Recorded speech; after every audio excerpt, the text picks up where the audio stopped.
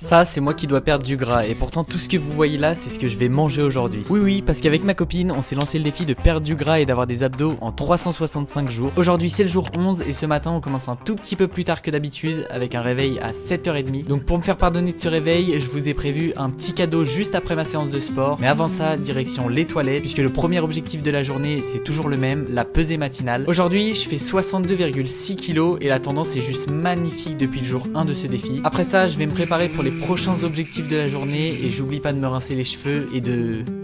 Ensuite, direction la salle de sport. Évidemment, j'oublie pas de prendre ma bouteille d'eau de 1,5 litre que je dois boire avant midi. Aujourd'hui, sinon, on va beaucoup travailler les abdominaux, donc je m'échauffe bien tout le haut du corps et on est parti.